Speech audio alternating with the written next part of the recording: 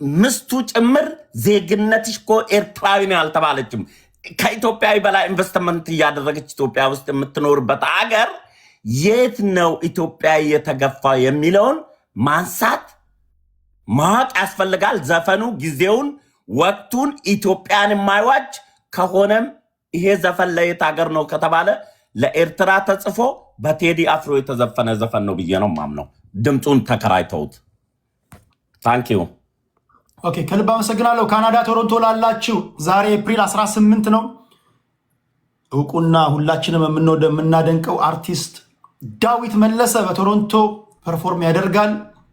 ሜላት መንገሻ አለች፣ አዲስ ለገሰ አለ፣ ኪቦርዲስት ዳጊ አለ፣ ራስ ባንዶች አሉ፣ ዲጄ ዲኤምኤስ ዳኒ አለ። ዲጄ ጎበዝ ዲጄዎች ናቸው። ባንዱ አደገኛ ነው። ኪቦርዲስት ዳጊ አይጣል ነው። የዚህ ኮንሰርት ፕላቲኒየም ስፖንሰር ደረጃ ወይም ደግሞ በፕላቲኒየም ደረጃ ስፖንሰር ያደረገው አዝመራ ዱቄት ነው። አዝመራ የጤፍ ዱቄት የትም ከማይገኝ ነው። የሚገርም ነው። በካናዳ ኪችነር፣ ጋልፍ፣ ቶሮንቶ፣ ኤድመንተን፣ ካልጋሪ ታገኛላችሁ። ለመደወል እና ለማዘዝ ለምትፈልጉ 204-558-1270 ላይ መደወል ትችላላችሁ። ድራይቭ እያደረጋችሁ መሄድ ለምትፈልጉ ደግሞ 67 ሮትሌጅ የቨኑ ሄድንግ ላይ ብላችሁ ከመታችሁ ጂፒኤሳችሁ ላይ በአካል መሄድ ትችላላችሁ። ዳዊት መለሰ ዛሬ ቶሮንቶ ላይ አይቀርም። ቲኬት ለመግዛት ኦንላይን ላይ መግዛት ለምትፈልጉ አዲስ ቫይብስ ብላችሁ ኢንስታግራም አካውንት ላይ ሄዳችሁ እዛ ላይ መግዛት ትችላላችሁ። ቶሮንቶ ያላችሁ ዴቭ ኮንሰርት ላይ እንገናኝ። እሺ መስፍን ፈይሳ ሮቢን እናመሰግናለን። እያወራን ያለ ነው ስለ ቴዲ አፍሮ ዳስጣል ብቻ ነው። ስለዚህና ስለዚህ በነገራችን ላይ ትክክለኛ ትንታኔ ቴዲ አፍሮ ኢትዮጵያ ብሎ ቁጥር 1 ላይ አስቀምጦላል። ከዛ በመለስ ነው የምንተነትነው። ዳስጣልን እንዴት አገኛችሁት? ሁላችሁን በተቻለ መጠን እያስገባሁኝ ሀሳባችሁን ለመስማት ሙከራ አድርጋለሁ። ከቴዲ ጋር በሀሳብ ልቃረን እንችላለሁ ብላችሁ እንዳትሰጉ። ከኔ ጋር የምትቃረኑት ጋጦጥ ከሆናችሁ ብቻ ነው፣ ተሳዳቢ ከሆናችሁ ብቻ ነው። በተረፈ ሀሳባችሁን በነፃነት የመስጠት መብታችሁ የተጠበቀ ነው። ሚኒሊክ ፋኖ ወደ አንተ ልምጣ ወንድሜ። 8 ደቂቃ አለ። የቴዲ አፍሮን ዳስጣል እንዴት አገኘው? አመሰግናለሁ ቴሪሻ። አንድ ብትቀየር ደስ የሚለኝ ዳስጣል በቅንፍ አንሳው ነው የስሙ የዘፈኑ ታይትል እና አይ ቲንክ ትልቅ ትርጉም ስላለው አንሳው የሚለውን ፓርት አብረህ ብትጠቅሰው። ከዛ ውጪ ዘፈኑን እንግዲህ ግጥሙን በቅደም ተከተል ልሂድበት። አይ ቲንክ የመጀመሪያው በጣም ቁልፍ ፖይንት ያነሳው በእኔ ግንዛቤ ባሳደገኝ ቀዬ ባደግኩበት ሀገር ባይተዋር ሰሆኜ እንደሌለው ሀገር ያቆምኳትን ሰንደቅ ተፈትኜ በሳት እንዴት አቀርቅሬ ባንዲራዬን ላንሳት ይላል። ይሄ በግልጽ ያለው በግልጽ ሆኖ አይ ቲንክ መብራራት ያለበት እንዴት አቀርቅሬ ባንዲራዬን ላንሳት የሚለው ነው። ያ ከእናቶቻችን ነጠላ ላይ ከመኪና ላይ እየፋቁ መሬት ላይ እየጣሉ የረገጡትን ባንዲራ ብቻ ነው አቀርቅለህ ልታነሳው የምትችለው። ለኢትዮጵያ ባንዲራ ያለው ከፍተኛ ጥላቻ፣ ለኢትዮጵያ ታሪክ ያለው ከፍተኛ ጥላቻ ባንዲራው ላይ ነው የሚወጡት። አሚን ሰው ልብ ውስጥ ያለውን የኢትዮጵያዊነት ስሜት፣ ሰው ልብ ውስጥ ያለውን የአብሮነት ስሜት፣ የቅልቅል ብሔር ማንነትን ፍቀው ላይ ያወጡት አይችሉም። ግን መገለጫ የሆነውን ባንዲራ እንዴት እየቀዳደዱ እንዴት መሬት ላይ እየጣሉ በጥምቀት በኢሬቻ በተለያዩ በዓላት ላይ ባንዲራው ላይ ያለውን ጥላቻቸውን መሬት ላይ እየጣሉ ሲረግጡት አይተናል። እና እንዴት አቀርቅሬ ባንዲራዬን ላንሳት ይላል። በተወለደበት ሀገር ባደገበት ሰፈር ባይተዋር ተደርጎ ባንዲራው መሬት ላይ እየተጣለ ሲረገጥ ያየ ሰው እንግዲህ የሚሰማውን ስሜት ይገልጻል። አንድ ወደ ኋላ ልመለስና ቴዲ በነገራችን ላይ ከአንድ ዘር የወጣ ሰው አይደለም። ቅልቅል ብሔር ማንነት ያለው ኢትዮጵያዊነትን በኢትዮጵያዊነት የሚገልጽ ነው።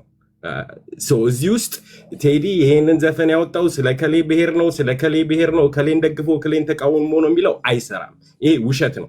ከፖለቲካው በዘፈን ውስጥ ካለው እውነት ጋር ተቃርኖ ያላቸው ሰዎች ቴዲን ሌብል ለማድረግና ለማጥቃት ከመጠቀም ውጭ ያ ምንም ትርጉም ያለው ነገር አይደለም። በአንተ እምነት ወይም ደግሞ በቴዲ አፍሮ እዛ ጋር የተከላት ባንዲራ አለች። ትክክለኛ ባንዲራ የትኛው ነው ብለህ የምታስበው? መሀል ላይ ኮከብ ያለው ወይስ የሌለው? እኔ ትክክለኛ ባንዲራ ነው ብዬ የማስበው አረንጓዴ ቢጫ ቀይ ባንዲራው ነው። ምክንያቱም ኃይለ ሥላሴ የራሳቸው የዙፋን ባንዲራ ነበራቸው። ደርግ የራሱ የፓርቲ ባንዲራ ነበረው። ስለዚህ ኮከብ የሌለበት ባንዲራ የኢትዮጵያ ባንዲራ ነው። ደርግም የራሱ ነገር ነበረው። ኮከቡን ማትፈልገው ለምንድን ነው? ኮከቡ የአንድ ፓርቲ ውጤት ስለሆነ የአንድ ፓርቲ ልክ ደርግ እንደነበረው whatever የደርግ ምልክት ከዛ ለይቼ አላየውም። ከፓርቲው ነው ችግር ወይስ ከትርጉሙ ነው? ትርጉሙ ለምሳሌ አንቀጽ 3 ላይ ከሰንደቅ ዓላማው ላይ የሚቀመጠው ብሔራዊ አርማ የኢትዮጵያ ብሔር ብሔረሰቦች ህዝቦችና የሃይማኖት እኩልነትን በአንድነት ለመኖር ያላቸውን ተስፋ የሚያንጸባርቅ ይሆናል ይላል። ይህን ኮከብ አልፈልግም ስትል አውቶማቲካሊ ከነዚህ አካላቶች ጋር እንዴት ነው የምታስረዳው? ያ ማለት እኮ ከዛ በፊት ኢትዮጵያ የሃይማኖት እኩልነትና አንድነት የብሔር ብሔረሰቦች እኩልነት አልነበረም። እኔ አምጥቼ የሆነ የፔጋን ሲምብል የሆነ እንደውም የኮከቡን ትክክለኛ ትርጉም ሄደ ብታየው ከሰይጣን አምልኮ ጋር የሚገናኝ ፔንታግራም የሚባል ኮከብ ነው። ከጥንት ጊዜ ጀምሮ ከሰይጣን አምልኮ ጋር ግንኙነት ያለውን ነገር ልክ ሰዶማውያኖቹ የቀስተ ደመናውን የራሳቸው ትርጉም ሰጥተው እንዳደረጉት ኢህአዴግም ይህንን የሰይጣን አምልኮ ኮከብ አምጥቶ የራሱ ትርጉም ፈጥሮለት የሌለ ችግርን አለ ብሎ ህገ መንግስት ውስጥም ባንዲራው ላይ ያመጣው ነገር ነው። ይህንን ኮከብ እኔ አልቀበለውም። እንደ አንድ በፈጣሪ እንደሚያምን ሰው የሰይጣንን ኮከብ የአንድነት ምልክት አድርጌ ልቀበል አልችልም። ሲቀጥል ደግሞ ኢህአዴግ ያንን የማድረግ መብት አለው ለኢህአዴግ ፓርቲ ወይ whatever ለፓርቲው። ደርግም እንዳደረገው ኃይለሥላሴ አንበሳ እንዳደረጉት። ኢትዮጵያን ግን ሃይማኖት ሳይለያይ ብሔር ሳይለያይ እኩል አድርጎ የሚገልጻት ባንዲራ አረንጓዴ ቢጫ ቀዩ ነው። ቴዲሻ ወደ ዘፈኑ ግጥሞች ልመለስ። ስለ ባንዲራው ብዙ መሄድ አልፈልግም። አመሰግናለሁ። ብቻ ግን የሚቀጥለው ሌላ ደግሞ ጥልቅ ሀሳብ እኔ ከዚህ ያየሁት ከግጥሞቹ ላይ ባቆዩት ሀገር ጀግኖች በአንድነት በአርበኝነት እንዴት ይገፋ ኢትዮጵያዊነት ይላል። ይህንን በነገራችን ላይ ይደጋግመዋል። እዚህ ጋር ይህንን አሁን ስለ ኢትዮጵያ ስለ ጀግኖች ሲያወራ ስለ አንድነትም እያወራ ነው። እዚህ ላይ የከሌን ጀግና አልመረጠም። ጀግኖች በአንድነት ነው ያለው። ይሄ የኢትዮጵያ ታሪክ የኢትዮጵያ የጀግንነት ታሪክ የሁሉም እንደሆነ በግልጽ እየነገረ ነው። ከዛ ቀጥሎ ምን ይላል? ዘመን ተገላብጦ እንዴት አቀርቅሬ ባንዲራዬን ላንሳት ይላል። አሁንም ባንዲራውን አቀርቅሮ ስለማንሳት እያወራ ነው። እንግዲህ ለዚህ ለአረንጓዴ ቢጫ ቀይ ባንዲራ አንድ ብሔር ብቻውን አልሞተላትም። የኦሮሞ ልጆች ሞተውላታል፣ የአማራ ልጆች ሞተውላታል። ሁሉም የኢትዮጵያ ልጆች ለዚች ባንዲራ በየጦር ሜዳው ተሰውተውላታል። ይሄንን ባንዲራ ግን ሲያየው የሚናደድ መንግስት አሁን ስልጣን ላይ ያለ ይሄንን ባንዲራ ማየት የማይፈልግ ባገኘው አጋጣሚ ሁሉ ሚኒማይዝ ማድረግ የሚፈልግ መንግስት አሁን አለ። ሌላ የሚቀጥለው በጣም ጥልቅ እና ጠንካራ ሀሳብ ብዬ የወሰድኩት የኢትዮጵያ አርበኞች የጥንት አርበኞች እናናብስቱ ይላል። እዚህ ጋር የጥንት አርበኞች ብሎ ስፔሲፋይ አድርጎታል። አርበኞች የሚለው ሲረገጥ ባንዲራው ገና አሁን ሞቱ ይላል። እንግዲህ አባቶቻችን ደማቸውን ያፈሰሱላትን ባንዲራ የሚረግጥ መንግስት እንዳለ፣ የሚረግጥ አስተሳሰብ እንዳለ፣ የሚረግጥ ትውልድ እንደመጣ ይነግርሃል። የጥንት ጀግኖችን አሁን ባንዲራ ያልተረገጠበት ቦታ ነገረኝ እስኪ። ይሄ አረንጓዴ ቢጫ ቀይ በኢትዮጵያ ምድር ላይ ያልተዋረደበት ወይም ደግሞ ያልተቀደደበት በለው ዳሜጅ ያልሆነበት ቦታ ላይ እስኪ እዚህ አካባቢ እኔ እንደ አንድ አማራ ኮራ ብዬ የምነግርህ አማራ ክልል ውስጥ የኢትዮጵያ ባንዲራ ሲዋረድ አይቻላል። ጉራጌ እዛ ክልል ላይ አረንጓዴ ቢጫ ቀይ ሲቃጠል አይተሃል? አላየሁም። እኔ አላየህም። አፋር ክልል ውስጥ ሲቃጠል እስክንድርን ለመቃወም የወጡ አረንጓዴ ቢጫ ቀይን አቃጥሏል በሳት። እስክንድርን ለመቃወም የወጡ እነዚህ ሰዎች የከላይ ኤጀንት እንጂ የአማራ ህዝብ መገለጫ አድርጌ አላቸውም። አፋር ክልል ላይም አልተቃጠለም። በነገራችን ላይ ብዙ ትግራይ ክልል አካባቢ ዋና ዋና ቦታዎች ላይ የሉም። ኦሮሚያ ክልል ላይ ሲቀደድ አይተናል፣ ትክክል ነው። ከመከማስ ላይ ሲፋቅ አይተናል፣ ትክክል ነው። አማራ ክልል ላይ ሲቃጠል አይተናል። ለመሆኑ ይሄ ባንዲራ ያልተንገላታበት ቦታ አለ? ለዚህ ባንዲራ ሊቆረቆር የሚችለው ማለት ነው? ለዚህ ባንዲራ ሊቆረቆር የሚችለው ኢትዮጵያን እንደ ሀገር የሚወድ የኢትዮጵያን ህዝብ እንደ አንድ የሚያይ ማንኛውም መገለጫ ብሎ የሚያምነው ሰው ይህንን ባንዲራ ሊቆረቆርለት ሊወደው ይገባል። ይሄ ባንዲራ ለአማራው በተለየ መልኩ ኃላፊነት አልተሰጠውም፣ ለሌላውም በተለየ መልኩ ኃላፊነት አልተሰጠውም። ባንዲራው የኢትዮጵያ መገለጫ ነው። ኢትዮጵያ ወዳድ ሁሉ ይህንን አረንጓዴ ቢጫ ቀይ ባንዲራ ሊያከብረው ሊንከባከበው እና የሚገባውን ሪስፔክት ሊሰጠው መሆን አለበት። ኤኒዌይስ ከባንዲራው አሁንም እንግዲህ አብዛኛው ሀሳብ ባንዲራው ላይ ያጠነጥናል እንዳያችሁት፣ ግን ከዛ ውጭም የሚናገራቸው ነገሮች አሉ። አሁን ለምሳሌ ብዙዎቻችን ያየነው ህፃናት ትምህርት ቤት ሄደው ከትምህርት ቤት ሲመለሱ ቤታቸው ፈርሶ እናቶቻቸው እያለቀሱ፣ ቤታቸው ብቻ አይደለም ሰፈራቸው ፈራርሶ ከ24 ሰዓት እስከ 72 ሰዓት ውጡ ብለዋቸው እንደው ማመን ራሱ አቅቷቸው የእውነት ሳይመስላቸው ሲመለሱ ሰፈራቸው በቡልዶዘር እየታረሰ ያጋጠማቸው የአዲስ አበባ ሰዎችን በአይናችን አይተናል። ዘራችሁ ምንድን ነው? እናንተ ናችሁ፣ ከእናንተ ምንም የሚያገባን የለም፣ ሂዱ ወደ ክልላችሁ ሲባሉ አይተናል። ስንት ጀኔሬሽን 2-3 ጀኔሬሽን ወልደው ተዋልደው የኖሩ የአዲስ አበባ ነዋሪዎች በኮሪደር ልማት ስም በሸገር ሲቲ ስም፣ ይሄ አዲስ አበባ ውስጥ ብቻ አይደለም፣ ሸገር ሲቲ ብለው ጥያቄ ላንሳለን፣ እሱንም አንድ ላይ ትሄድበታለን። አንተ አማራ ብሔርተኛ ነህ ወይስ ኢትዮጵያኒስት ነህ? እኔ አማራ ብሔርተኛ ነኝ። ለወትሮ ኢትዮጵያኒስቶችን ታሳዱ የነበራችሁ አሁን ኢትዮጵያኒስት ተቆርቋሪ የሆናችሁ ለምንድን ነው? ምን ያገናኛል? ብሔርተኛ ከሆናችሁ መጀመሪያ ብሔራችሁን አማራን ማደራጀት ብሔርተኝነቱ ላይ ማተኮር ነው። በተለየ ሁኔታ ምንድን ነው ከእናንተ ከዚህ ጋር የምትሰፉት? ቢካዝ የአማራ ብሔርተኝነት ከተገንጣይነት ስሜት ውስጥ አይደለም የሚወጣው። ብሔርተኝነቱ የሚወጣው አማራ ታርጌት ተደርጎ ስለተጠቃ እንጂ አማራ ኢትዮጵያን ለማፍረስና የራሱን ሀገር ለመመስረት አይደለም ብሔርተኛ የሆነው እንደ ህወሓት ወይንም እንደ ኦነጋውያን ማለት ነው። የአማራ ብሔርተኝነት የመጣው ኢትዮጵያን ለማፍረስ የሚፈልጉ የታጠቁና የተደራጁ በቂ ደቂቃ ስታል ለወትሮ 365ቱንም ቀናቶች የኔን ያለ እዚህ ብሔር ብሔረሰቦችን ያወያየ ሰው የለም። እያንዳንዳችሁን የእጄን መዳፍ ያላካቸዋል። 365ቱን ቀናቶች እኛን ሲያስበሉን የነበሩት እንዳንደራጅ ኢትዮጵያ የሚሉ ኃይሎች ናቸው ትሉ ነበር። አማራው እንዳይደራጅ ዋነኛ እንቅፋት ቴዲ ኢትዮጵያኒስት ነው። ምንድነው እናንተ ከዚህ ጋር ያገናኛችሁ? ጥሩ ጥያቄ ነው አሁን የጠየቀው። ኢትዮጵያኒስቶች አማራዎች በዘራቸው ተለይተው ሲጨፈጨፉ አማራዎች ኢትዮጵያውያኖች ናቸው ብለው በኢትዮጵያኒስት መንፈስ እንኳን አንድ መግለጫ አላወጡልንም። አማራ ኢትዮጵያኒስት ሲሆን ፐርፌክትሊ ፋይን ኢትዮጵያኒስት ብለው አማራው ኪስ ውስጥ አማራው ልብ ውስጥ ይገባሉ።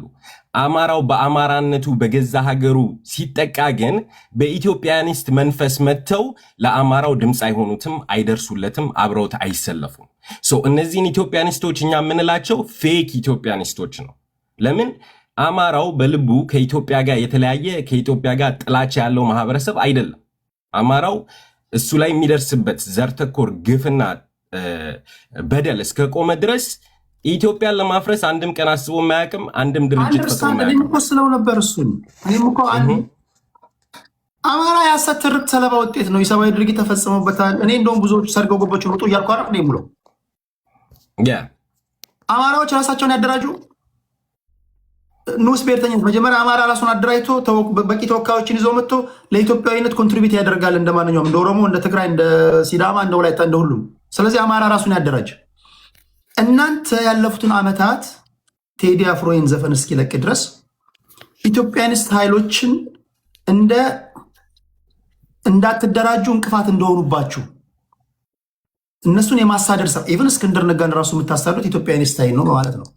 ፕሮፌሰር ነጋን አሁን እዚህ ጋር እንደ ኢትዮጵያ በተገለጸ ጉዳይ ላይ እንደ ክልል 3 ነዋሪ የራሳቸውን ሀሳብ ኮንትሪቢዩት ማድረግ ሲገባቸው ለምንድነው በዋነኛነት ተቆርቋሪ የሆናችሁት የሚሉ ሀሳቦች ይነሳሉና ይሄንንና ማለት የምትፈልገውን ጨምረ በ2 ደቂቃ አጠቃል፣ ከዛ ወደ ሌሎች እንሄዳለን።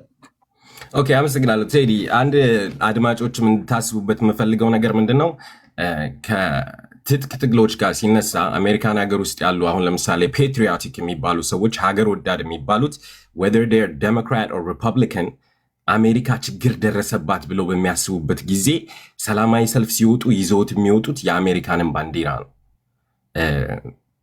ልክ እንደ ፋኖ ኃይሎች አድርጌ ነው የማየው። የፋኖ ኃይሎች አማራ ህዝብ ላይ ችግር ደረሰበት ብለው ነው ታጥቀው የህልውና ትግል እያደረጉ ያሉት። ግን የአማራ ክልልን ባንዲራ አንድም ቀንም ይዘውት አያውቁም። የኢትዮጵያን ባንዲራ ነው ይዘውት የሚታገሉት የሚዋደቁት። ይሄ የሚያሳየው የአማራ የህልውና ትግልና የኢትዮጵያ መቀጠል አለመቀጠል ተቃርኖ ውስጥ አይደለም ያሉት። እንደውም የአማራ የህልውና ትግል ኢትዮጵያን አሁን ካለችበት ዝቅጠት፣ ይሄ ጎጠኝነት፣ ዘረኝነት፣ ክልላዊነት የሚያወጣትና ኢትዮጵያን እንደ ሀገር ሊያቆማት የሚችለው እሱ ነው ብዬ አምናለሁ።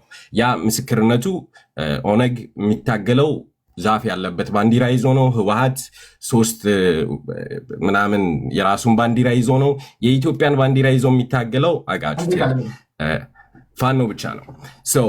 ወደ ቴዲ አፍሮ ዘፈንና ወደ ሀሳቡ ስመለስ ግን ቴዲ አፍሮ ባለፈው ሳምንት ስንነጋገር እንደነገርኩ ኢትዮጵያዊ በሆነ መልኩ የአብዛኛውን ችግር የአብዛኛውን ህዝብ ስሜት በሚገልጽ መልኩ ዘፈን ይለቃል ብዬ አስቤ ነበር። ያንን አድርጓል።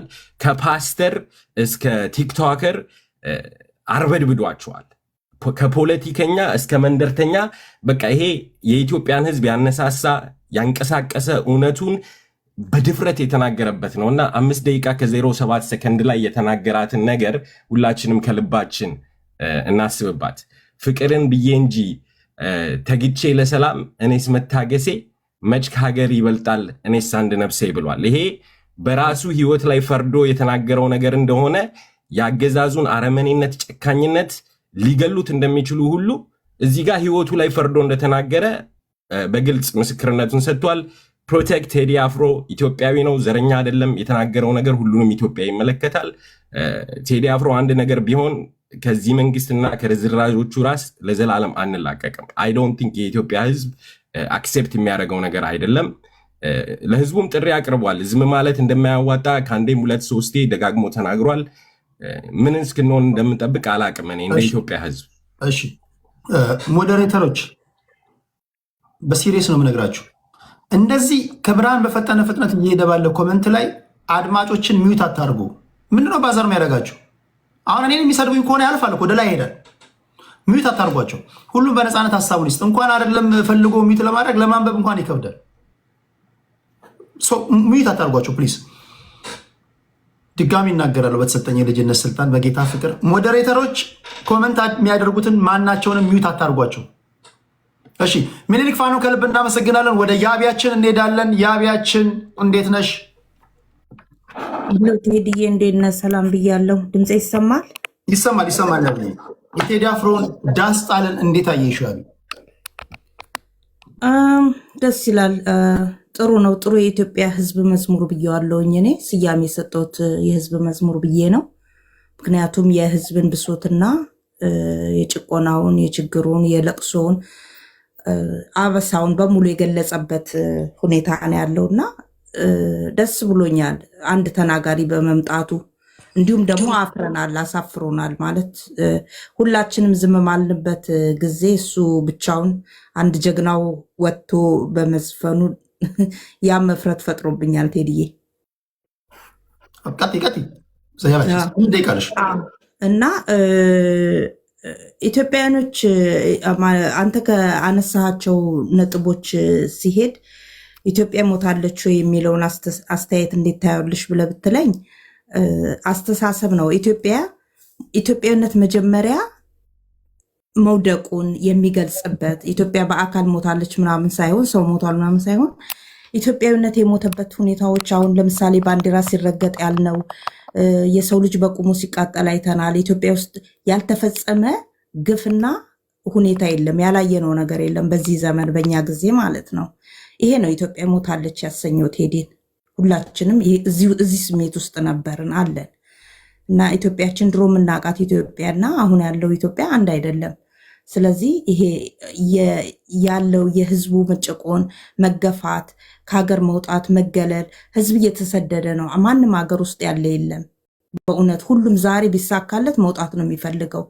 ኢትዮጵያ ውስጥ ኢትዮጵያውያኖችን እያኖረ ያለው ውጭ ያለው ዲያስፖራ ከእያንዳንዱ ቤተሰብ አንዳንድ ስላለ ነው እንጂ ማንም ያገዛዙ እንትን ካልሆነ በቀር ኑሮ እንኳን ከኑሮ እንኳን ከእጅ ወዳፍ ለመኖር እንኳን በውጭ ያለው ህዝብ ነው እያኖረ ያለው እና የኢትዮጵያን ህዝብ ኢትዮጵያውያኖች ደክመዋል፣ ተጎድተዋል፣ አዝነዋል፣ ተርበዋል፣ ተሰደዋል እና ይሄ ነው ሞት ማለት። ኢትዮጵያውያኖች ሞተዋል፣ አገራችን ሞታለች የሚባለው ይሄ ነው። ሰዎች እየተሰደዱ ነው፣ በሃይማኖት እየተጨፈጨፉ ነው፣ እየተጨፋጨፉ ነው። መንግስት ሀገርን በተገቢው መንገድ ማስተዳደር ስላልቻለ ይመስለኛል ታጣቂ ኃይሎችም በየጫካው ያሉት እና እነሱም ቢሆኑ መንግስት የተደላደለ ሀገር አቅርቦላቸው ቢሆን ኖሮ ማንም ነፍጥ አንስቶ በየጫካው ሲዋጋ አይኖርም። አገሩ መልሶ ሊወጋ እንትን አይልም እና ይሄ የአስተዳደራችን ያመጣው ችግር ነው። አስተዳደራችንን ነው ቴዲ እየነገረን ያለው። ተስማምተናል በዚህ። እኔ ምንም ቅዋሜ የለኝም።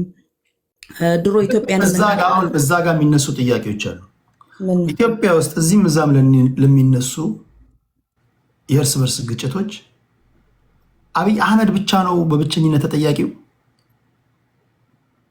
ይሄ ፌር ዛሬ አብይ አህመድ ኦኬ እኔ እንደምረዳው አብይ አህመድ ዛሬ አይደለም የጀመረው ማስተዳደር። ሲጀምር ድሮም በኢህአዴግ ውስጥ የነበረ እዛ ውስጥ ያደገ ፖለቲከኛ ነው አይደል?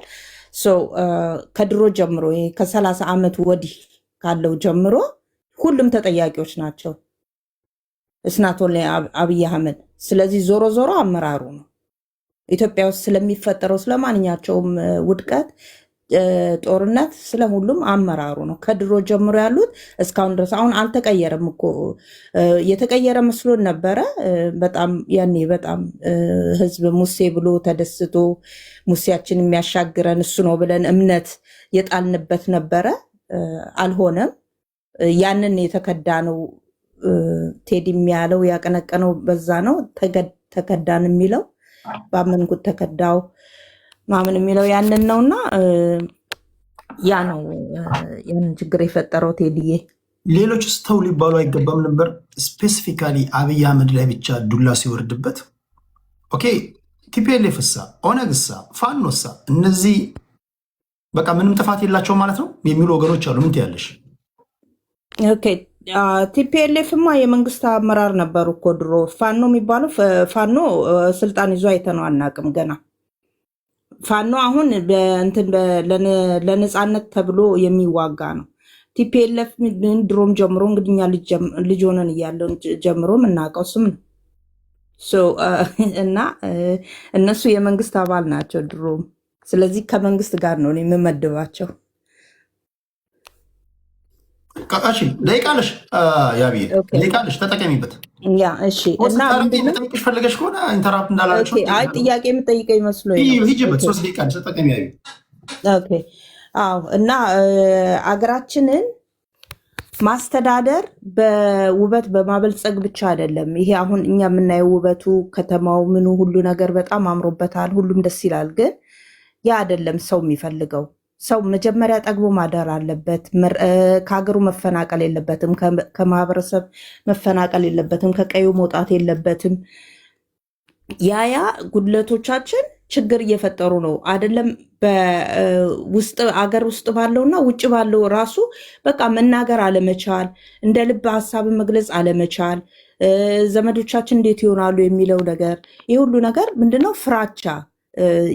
ዛሬ እኔ ባለተራነኝነት ስላለ ህዝብ እንደ ልቡ ሀሳቡ መግለጽ ስላልቻለ ይሄ ነገሮች ብዙ ወገን ላይ እርስ በርስ መጠላላት እንዲመጣ፣ እርስ በርስ መባላት እንዲመጣ እንትን ሆኗል። መንግስት ለዚህ ምክንያት ሆኗል። ይሄንን እኔ የምቃወመው ይሄ መንግስት በጣም የተቃወምኩት ባንዲራ ሲቃጠል ትልቅ ነገር አገር የመውደቋ ዋና ምልክት ባንዲራ ሲቃጠል ነው፣ መሬት ላይ ሲረገጥ ነው። አንድም ቀን በዚህ ጉዳይ ላይ መንግስት ተቆርቁሮ ይህቺ የሀገራችሁ ባንዲራ ነችና አታቃጥሉ ምናምን ሲል ሰምቼ አላቅም። ይሄ አንድ ነገር ነው። ሌላው ተውና ህዝብ ማለቁ ምን ማለቱን እሱን ያው መቼም ፈጣሪ ያየዋል። እሱ ለሚከፍል ይከፍልልናል። እና ማንም ህዝብ ማንም ማህበረሰብ ተደስቶ አይደለም እየኖረ ያለው ኢትዮጵያ ውስጥ። ጉዳቱ ይብሳል፣ ሁሉ ነገር ይብሳል። ቴዲ በግጥሞቹ ላይ ሁሉን ነገር ያስቀመጠው ሁሉንም በእውነት ምንም እንትን የሚል ነገር የለውም። ውሸት አልተናገረም፣ አልጨመረም፣ አላጋነንም። እንደኔ በደንብ አድርጎ ነው የገለጸው። ስለዚህ ይህንን አምነን መቀበል አለብን። ግን ከዚህ በኋላ ምንድን ነው የሚማሩት? መልስ የሚሰጥ ይኖራሉ ብዬ ጠብቃለሁ። ከነሱ በጣም ብዙ የምጠብቀው ነገር አለ በእውነት ከመንግስት ማለት ነው። ሊለወጥ ይችላል ወይ ማለት ተስፋ አለው ብለን የምናስብ አንዳንድ ሰዎች እኔ ተስፋ ይኖረዋል ምናልባት ቢነገረው ይስተካከላል ብዬ ተስፋ አደርጋለሁ። ገብተዋል። ምክንያቱም ሌላ አይመጣልንማ። ሌላ የተዘጋጀ መሪ የለንም፣ ማንም የለንም። ግን አንድ ቀን ኢትዮጵያን ሊያሻግር የሚችል በስነ ስርዓት በህጉ በህዝቦቿ እንደሚፈልጉት አድርጎ ሊመራ የሚችል ሰው ይመጣልናል፣ ይስተካከላል ብዬ ይህንኑ መንግስት ራሱ ተስፋ አደርጋለሁ። እና ከዚህ ዘፈን ቴዲ አሁን ይሄ የማንቂያ ደወል ነው፣ አንቅቶታል ማለት ይችላለሁኝ። እና ነቅቶ ይመለሳሉ የሚለውን እጠብቃለሁኝ እኔ በእውነት። ቴንኪዩ አብያችን። እሺ ከልብ አመሰግናለሁ። ታፕ አድርጉ ሁላችሁም፣ ሀሳባችሁን ሰጣላችሁ። እንደምታዩት ነው በዚህ ሰው በፈጠረው በእግዚአብሔር ላይ እንኳን አንድ አይነት ሀሳብ የለውም። የተለያየ ሀሳብ ነው ያለው። ይሄ ደግሞ የተለያዩ ሀሳቦችን የምትሰሙበት ቤት ነው፣ የብሔር ብሔረሰቦች ቤት ነው። ሁላችሁም ትገባላችሁ፣ ሀሳባችሁን ትሰማላችሁ። በጨዋነት ሀሳባችሁን ስለምሰጡ ከልብ ነው ማመሰግነው። ግን ቀላሉ እይታ አይሆንም። እንደው ሲባል በአሉ ሰምታችሁ ሪኩዌስት ልካችሁ እንዳትገቡ። በደንብ ጥሩ ለእኛም እውቀት እንዲሆነን ያያችሁትን በአግባቡ እንድተነትኑ። ቅድም ስልክ ላይ የነበሩ ሰዎች ሲተነትኑ ሰምታችኋል አይደል? ልክ እንደዛ መሆን ያለበት። ወደ አያና እንሄዳለን። እሺ አያና 8 ደቂቃ አለ። ሰላም ቴዲ፣ እንዴት ናችሁ? አመሰግናለሁ። ደቂቃ ለመጠቀም ቀጥታ ወደ ሀሳቡ ልሂድ። ቴዲዬ ይቅርታ፣ ማን ነው የሚያባረረኝ? ሞዴሬተር ሌላ ሰው አለው መሰለኝ እያባረረ። ኔትወርክ ነው የሚያባረር፣ እዚህ ማንም አያባረር። አይ ኔትወርክ ንጹህ ነው የኔ። እርግጠኛ ነህ ከፍለሃል? እሺ ቢሉን ማሳየት አለብን። ስቀልድ ነው። እሺ ወደ አያና እንሂድ። እሺ ኦኬ። ይህንን ዘፈን ብቻ ስፔሲፊክሊ ለይተን ስለሆነ እየተነጋገርን ያለ ነው። በነገራችን ላይ በጣም በሙዚቃ ደረጃ በግጥም በብዙ ነገር ባጣጣሉ በብዙ ነገር የተዋጣለት አልበም ነው። በማስታወቂያም ደረጃ ያው መግለጫ አርቲስት ምናምን የሚል ጠርጥረናል። መጀመሪያም ድራማ ነገር ተሰርቶ በገመድ ጉተታ ውስጥ የሚገርም ኮሜርሻል ተሰርቷል። ግር ተብሎ ሄደን መስፍኔም ቅድም እንዳለው ደጋግመን እንድንሰማ እድል ተፈጥሯል። ስለዚህ ጥሩ በቢዝነስም ደረጃ በሙዚቃ በፕሮዳክሽን ደረጃ የተዋጣለት ነው የሚለውን መጀመሪያ ማስቀመጥ እፈልጋለሁ። ወደ ፖለቲካዊ ውሳቤ ከዘፈኑም ከውስጡ ከወጣም በኋላ የነበረውን ሰዎች የተጠቀሙበትን የተተነተነበትን መንገድ ስናይ ለኔ ያው አንድ ዘፋኝ የሆነ ነገር ሲያወጣ ከዛ ውስጥ የምንረዳው ነገር አለ እንደ ሀገር። እዚህ ላይ ራሱ ከኛ በፊት የተናገሩ ሰዎች በስልክም ካወሩት ነገር ለኔ ደውል ያለችው በጣም ደስ ብሎኛል። ከኔ በፊት የተናገረችው የማንቂያ ደውል ነው። ይሄ በጣም ወድጀዋለሁ። ሰፊው የኢትዮጵያ ህዝቦች ለረጅም ዘመን ታግለው ያመጡት እኩልነት ያደረጉት ትግል የህዝቦች እኩልነትና ነፃነት ተሳክቶለት ህገ መንግስት ሀገር የሰንደቅ አንቀጽ 3ን ቅድም አንስተሃል ይዞ የተቀመጠው ይሄ ትግል ግን እንዳላበቃ የማንቂያ ደውል ነው። ይሄ ትግል እኩልነት ዛሬም ከበላይነት ጋር እየታገለ እንዳለ የሚያሳይ ነው። በትጥቅ ጭምር የበላይነትን ሊያረጋግጡ የሚፈልጉ አካላት ዛሬ በአርቱ በሚዲያው በትጥቅ በፖለቲካ እየታገሉ ያለበት ዘመን የአንድ ቋንቋ በላይነት፣ የአንድ ሃይማኖት የበላይነት፣ የአንድ ባህል የበላይነት ኢትዮጵያ ላይ መልሶ ለመጫን የሚደረግ ትግል ያልቆመ እንደሆነ ዛሬም የኦሮሞ ህዝብ፣ የሲዳማ ህዝብ፣ የትግራይ ህዝብ፣ የአማራ ህዝብ የታገሉበትና የተከሉት ደማቸውን ያፈሰሱበት አባቶቻችን አጥንታቸውን በረሃ ላይ የከሰከሱበት ትግል መሰረት ይዞ ህገ መንግስት ሆኖ ሰንደቅ ተክሎ ሀገር እያስተዳደረ ያለበት ፌዴራሊዝም ስቲል አንደር ትሬት እንደሆነ የማንቂያ ደወል የተደወለል። ይሄ መታወቅ አለበት። ለበላይነት የሚታገል አለ፣ ለእኩልነት የታገለ አለ። ማሽሞንሞኑ እያስኬደን አይመስለኝም። ይሄ ማስኩን አድርጎ በኢትዮጵያ ስም የሚደበቅ የአንድ ብሔር የበላይነት፣ የአንድ ሃይማኖት የበላይነት፣ የአንድ ቋንቋ የበላይነት ሱፐርመሲ ታጋይ ማለት ነው። ሲያሻው የህዝቦችን ጉዳት እንደ ማህበረሰብ በጋራ ያለብንን ትግል መጠቀሚያ አድርጎ የሚነግድ አሁንም የህዝቦች ትግል ጫፍ ደርሶ የተሳካለት ነገር ቢኖርም ያላበቃ መሆኑን ማስታወሻ ተሰጥቶናል። አይኖ ስትሮንግ የሆኑ ቃላት እንደምጠቀም ግን እውነታው